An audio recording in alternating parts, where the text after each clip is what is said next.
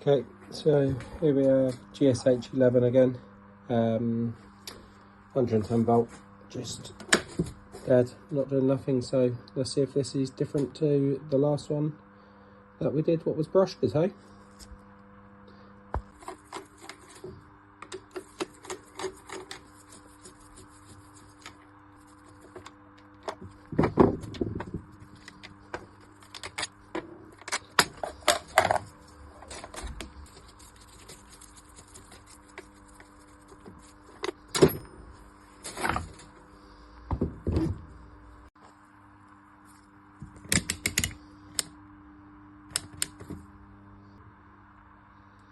Into there, so we're seeing that all the way down, nothing. We've got a lead problem.